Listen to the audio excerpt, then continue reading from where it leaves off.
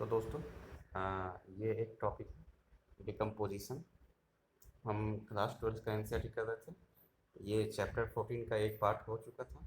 Production हो गया था, प्रोडक्टिविटी हो गया था, प्राइमरी प्रोडक्टिविटी हो गया था, सेकेंडरी प्रोडक्टिविटी होता था, gross productivity and net productivity हो चुका था। अब एक टॉपिक है जिसका नाम है डिकम्पोजिशन। ठीक है, ये काफ़ी इंपॉर्टेंट टॉपिक है। वैसे तो अभी तक हमने क्वेश्चंस तो नहीं देखा है, पर इसके कॉन्सेप्ट जो हैं क्लियर होने चाहिए ताकि हम आगे की चीज़ों को समझ सकें। ठीक है, तो बीपीएससी में इसका कोई कॉन्सेप्ट क्लियर कॉन्सेप्ट इससे नहीं आया है, पर नीट के लिए काफ़ी इंपॉर्टेंट हो जाता है। और यूपीएससी के लिए इंपॉर्टेंट हो जाता है और हमें बेसिक जानने के लिए भी इंपॉर्टेंट है। ठीक है, तो चलिए हम डिस्कस करते हैं। सबसे पहले हम डिस्कस करते हैं कि डिकम्पोजिशन क्या होता है। तो समझिए कि डिकम्पोजिशन क्या है। तो एक प्रोसेस है जिसके थ्रू जो आपका मैटर है, ऑर्गेनिक मैटर है, डेड डिके मैटर है, वो डिके करते हैं। डिकम्पोजिशन मतलब डेड मैटर जो है वो डिके करेंगे। ठीक है, और ये क्या करेंगे तो ऑर्गेनिक मैटर के रूप में ये बनेंगे। अब यही मैटर जो है ऑर्गेनिक मैटर, इनके ऊपर फीड कौन करेंगे, तो ये फीड करने के लिए, डिके होने के लिए फीड करते हैं माइक्रोब्स। उसमें कौन होते हैं तो उसको बोलते हैं सेप्रोब्स। ठीक है, सेप्रो या सेप्रोब्स या सेप्रोफाइट। ठीक है, इतनी बात समझ में आ रही है। अब सेप्रोफाइट कहाँ फीड करते हैं तो वो डेड एंड डिकेइंग मैटर पर फीड करते हैं। चलिए, डिकम्पोजिशन जो प्रोसेस है वो आपका एक प्रोसेस नहीं, बल्कि इसमें डिकम्पोजिशन में 5 अलग अलग प्रोसेस होते हैं। उसको आप इस तरह से याद रखेंगे। पहला प्रोसेस जो नाम है उसका नाम है फ्रैगमेंटेशन, एफ। ठीक है, सेकेंड प्रोसेस का नाम है एल। थर्ड प्रोसेस जो है उसका नाम है एफ। फर्स्ट प्रोसेस जो है फ्रैगमेंटेशन, सेकेंड है लीचिंग, थर्ड है आपका कैटाबोलिज्म एंड फोर्थ है थर्ड है कैटाबोलिज्म एंड फोर्थ है humification and fifth one is mineralisation. फिर से बात को समझेंगे। पहला है क्या है, वो पहला का नाम है फ्रैगमेंटेशन। फ्रैगमेंट मतलब स्मॉल स्मॉल पार्टिकल में टूटेगा। ठीक है, उसके बाद फ्रैगमेंटेशन के बाद क्या होगा, लीचिंग होगा। लीचिंग में क्या होता है कि जो टूटा हुआ पार्टिकल है वो सॉइल के अंदर कंज्यूम हो जाएगा, सॉइल के सब लेयर में, नीचे वाले लेयर में जाके वो कंज्यूम हो जाएगा। And third part will be fragmentation के बाद जो थर्ड पार्ट है वो है फ्रैगमेंटेशन हो गया, लीचिंग हो गया, उसका थर्ड पार्ट है उसका नाम है कैटाबोलिज्म। कैटाबोलिज्म में क्या होता है कि जो स्मॉलर जो पार्टिकल हैं वो उसको और सब सिस्टम में छोटे छोटे कण में और ब्रेक करेंगे। ठीक है, तो कैटाबोलिज्म होता है, जिससे क्या होगा कि ये क्या होगा कि इसमें जो ऑर्गेनिक मैटर है उसको ब्रेक डाउन करेंगे, किसमें, इनऑर्गेनिक मैटर में, स्मॉलर स्मॉलर इनऑर्गेनिक मैटर में, लाइक CO2 एंड वाटर। ठीक है ना, तो ऑर्गेनिक मैटर में कार्बोहाइड्रेट प्रोटीन ये ब्रेक करेगा किसमें, तो CO2 एंड वाटर में, दैट इज कैटाबोलिज्म। एंड उसके बाद कैटाबोलिज्म के बाद जो प्रोसेस होता है उसे बोलते हैं ह्यूमिफिकेशन। ह्यूमिफिकेशन प्रोसेस में क्या होता है कि ह्यूमस का ऐड होता है। ठीक है, तो उसको बोलेंगे humification. And last one is mineralisation. Mineralisation में क्या होगा, मिनरल का फॉर्मेशन होगा।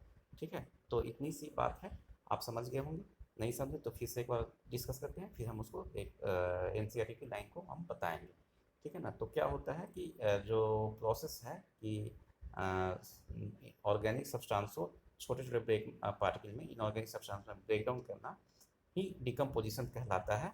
और डिकम्पोजिशन करने के लिए जिस तरह का जो जिस पे जो उस पर फीड करता है उसको बोलते हैं डेट्रीबोस। डेट्रीबोस को एक और टर्म बोलते हैं, वो होता है सेप्रोफाइट।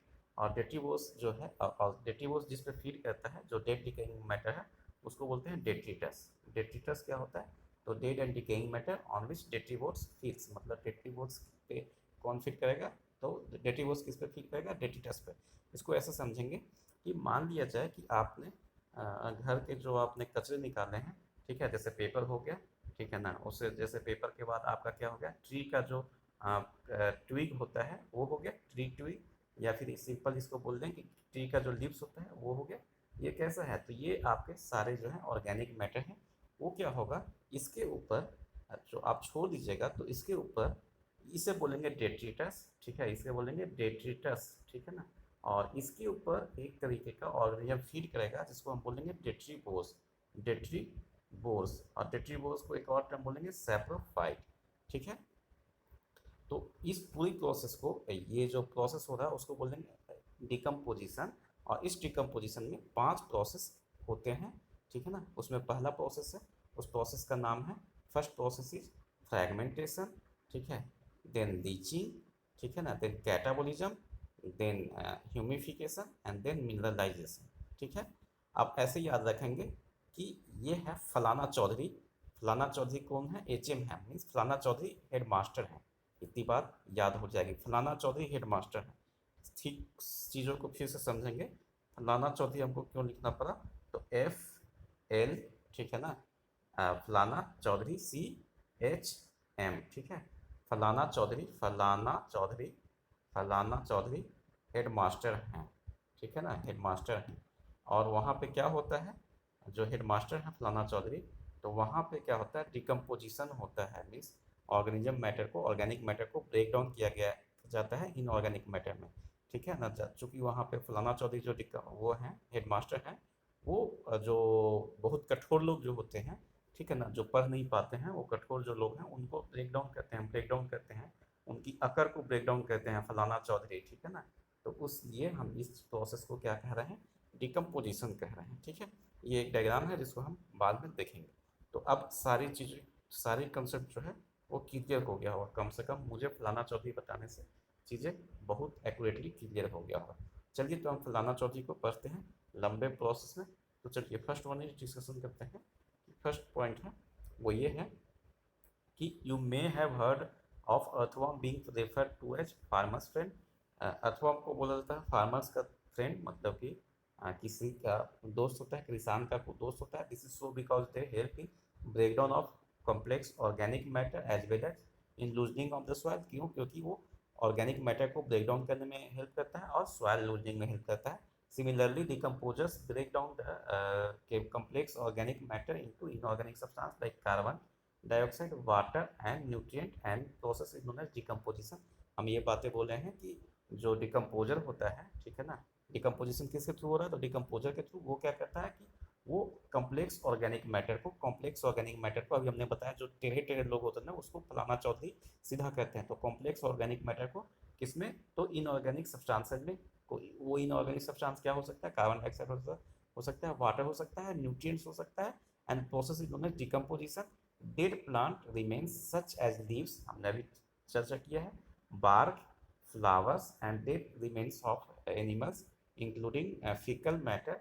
उस चीज़ को क्या कहते हैं? Constitute detritus. डेट्रिटस क्या होता है? तो डेड ऑर्गेनिज्म, ऑर्गेनिक मैटर होता है, डेड प्लांट मैटर होता है जिसमें लीव्स आते हैं, बार्क आते हैं, फ्लावर आते हैं and dead remains of animals आते हैं, और उसके फीकल मैटर भी हो सकते हैं। तो उसे क्या कहते हैं? उस चीज़ को हम बोलते हैं डेटिटस होता है, which is the raw material for decomposition. और यही डेटिटस क्या कहता है? रॉ मटेरियल की तरह काम करता है जिसके ऊपर डिकम्पोजर फील करेंगे। ठीक है, the important steps in the process of decomposition are fragmentation, leaching, catabolism, humification and mineralization. Fragmentation, leaching, अभी हम फिर से फलाना चौधरी बता रहे हैं, F.L.C फलाना चौधरी, H.M हेड मास्टर। ठीक है, उसके बाद है कि डेट्रीबोस जो है अर्थवर्म, एक यहाँ पे एग्जांपल है। Break down detritus into smaller particle, ठीक है ना, जो हमने जो उसके ऊपर जिस पे फीड करते हैं, ठीक है, जो फूड है वो डेटिटस है, वो उस पे उसको क्या कहते हैं? स्मॉलर पार्टिकल में ब्रेक करते हैं। This process known as fragmentation. हमने भी बात बोली थी कि फ्रैगमेंटेशन में क्या होता है? बड़ी पार्टिकल को स्मॉलर पार्टिकल में ब्रेक करते हैं। बाय प्रोसेस ऑफ लीचिंग क्या होता है? Water soluble inorganic nutrient go down into the soil horizon and get precipitated as unavailable salts. मतलब ये क्या होता है कि जो ये छोटे छोटे ब्रेक डाउन हुए हैं, तो इसमें जो इनऑर्गेनिक सॉल्वेंट है वो कहाँ चल जाएगा? सॉइल के निचले तह पे चले जाएगा, सॉइल के निचले तह में चला जाएगा और यहाँ से वो प्रिसिपिटेट नहीं कर पाएगा।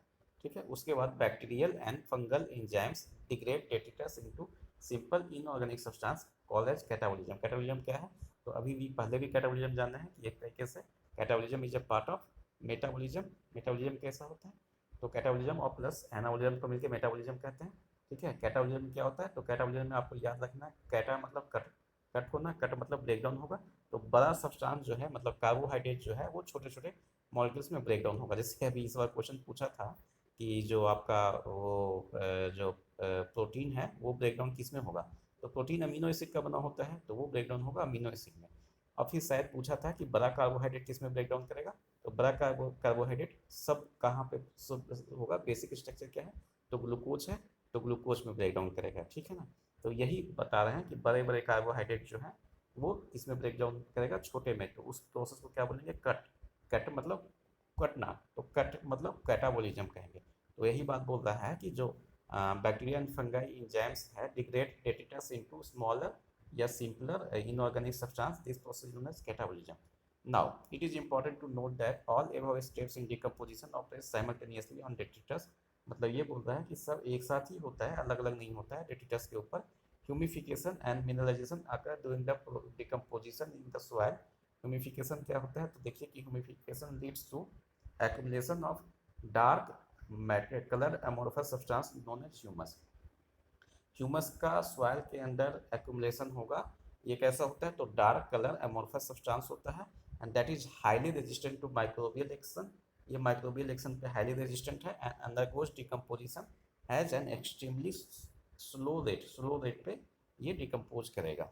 Being colloidal in nature it serves as a reservoir of nutrient. ये न्यूट्रिएंट के रिजर्वायर की तरह सर्व करता है।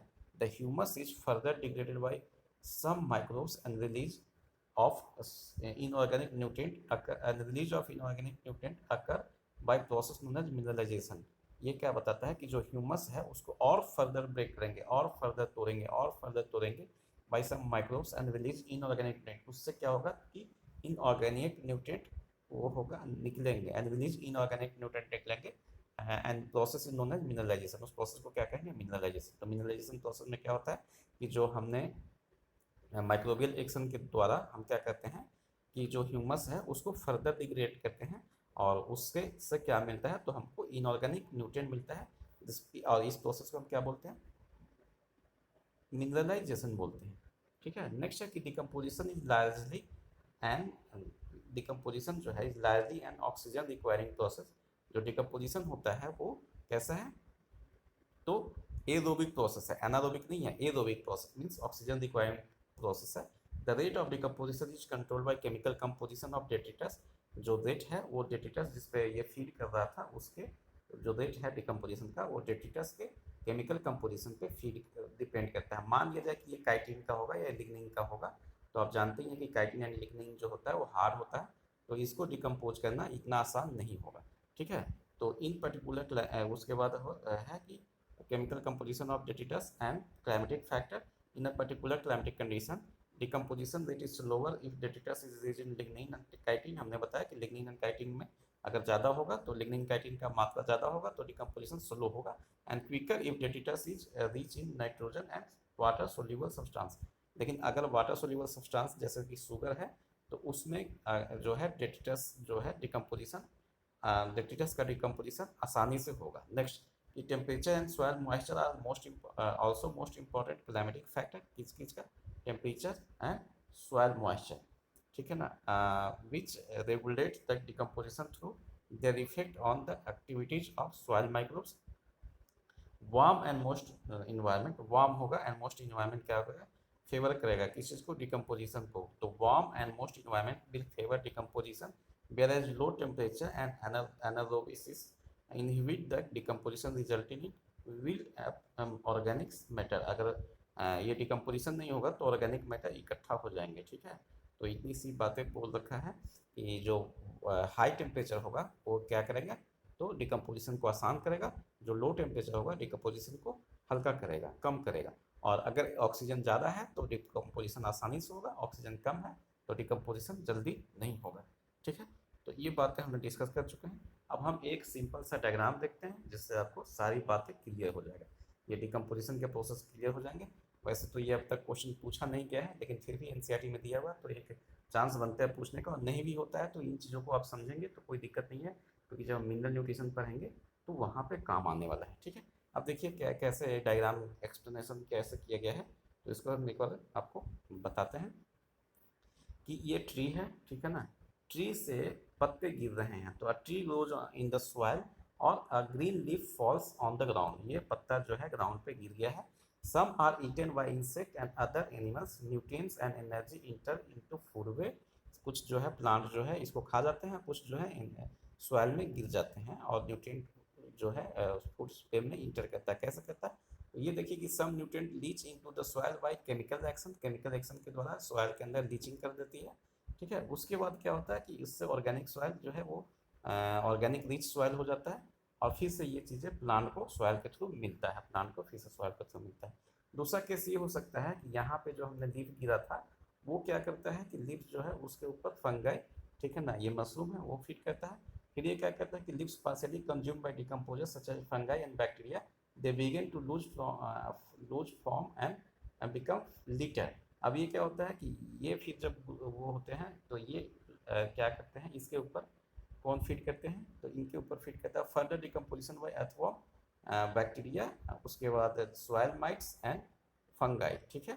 अब ये यहाँ फीड करेंगे, और फिर से इससे फीड होने के बाद क्या होगा, इनको फिर से ऑर्गेनिक मैटर यानी ऑर्गेनिक रिच सॉइल फॉर्म करेंगे, ठीक है। तो ये आपका छोटा सा एक डायग्राम था, और फिर फाइनली ये प्लांट में कंज्यूम कर लिए जाएंगे, जिससे ये एक्सप्लेन कर रहे हैं कि कैसे प्रोसेस ऑफ डिकम्पोजिशन हेल्प होता है, और कैसे एक साइक्लिकल प्रोसेस है इकोसिस्टम के अंदर जहाँ पे डिकम्पोजिशन हेल्प कर रहा है प्लांट को और न्यूट्रिशन को पाने में, ठीक है। तो आज इस टॉपिक में इतना ही। अगला टॉपिक में हम देखेंगे पिरामिड और food chain and food web. ये सबसे इम्पॉर्टेंट टॉपिक होगा, वो क्वेश्चन उससे आना ही है। तो इसको अभी हम इतना ही छोड़ते हैं। अगला टॉपिक में हम देखेंगे food chain and food web, and next होगा हमारा वो होगा पिरामिड होगा, ठीक है। Thank you.